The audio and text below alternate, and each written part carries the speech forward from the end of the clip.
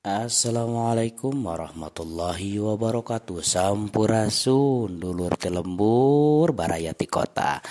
Tepang deui dina channel Api Handy Official. Ya satacan dikawitan sim kuring umaja kasadayana kanggo nga-like, comment and subscribe channel Api Handy Official. Oke, dina dangat ayeuna urang sami-sami medar perkawis karangan bahasan tradisi. Naon sih ari wangenan karangan bahasan tradisi?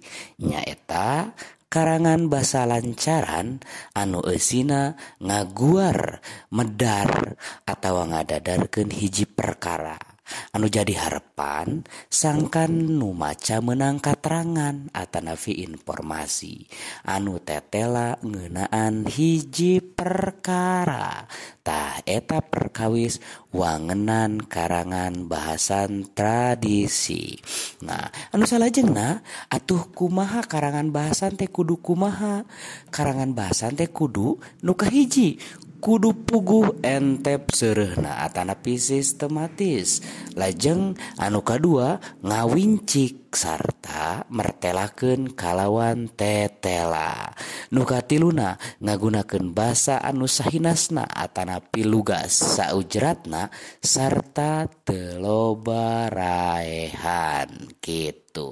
Lajeng anu nomor kaopat kudu ngagunakeun istilah-istilah nu geus maneuh. Ulah ngagunakeun istilah-istilah anu geus teu maneuh nya sabab dina harti nu lain moal ngarti karena tulisan urang kitu.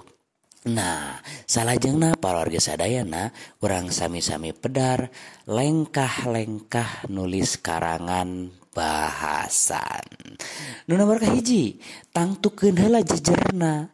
Ari jejer teh tema, ari tema teh ide pokok atanapi gagasan utama. Tangtukeun heula jejerna nomor kahiji teh jejer mangrupa lengkah munggaran nu kawilang penting.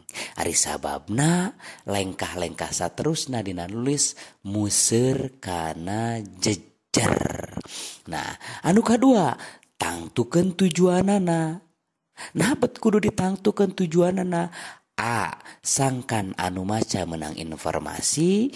B. Sangkan anu maca kataji. Nah, jadi karena matanya maksudna sangkan anu maca kataji. Nu nomor katilu kumpulkeun bahana. Nah, saenggeus bahana kumpul proses salajengna nyaeta milih bahan. Bahan anu menang ngumpulkeun teh dipilih anu sakirana luyu jeung jejer sarta tujuan karangan.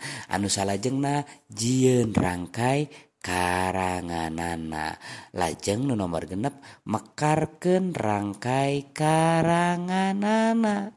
Nah, eta perkawis lengkah-lengkah nulis karangan bahasan. Atuh mugia ku ayana pedaran materi ieu hidup pami dipasian pancen ku Bapak Ibu guru utamina mata pelajaran bahasa Sunda moal dugi kasesah ngadamel karangan bahasan. Margi insyaallah tutorial neme naon neme didugikeun eta teh janten lengkah-lengkah saupamana hidup bade nulis karangan bahasan. Tah, wilujeng nyobian, wilujeng medar, wilujeng ngadamel karangan bahasan. Oke, rupina sakitu perkawis karangan bahasan dina danget ayeuna. Sakali deui sim kuring umajak kanggo balarea kanggo nga-like, comment and subscribe channel Api Handy Official. Wilujeng tepang deui dina pedaran-pedaran salajengna. Billahi taufiq wal hidayah. Wassalamualaikum warahmatullahi wabarakatuh. Cag ah.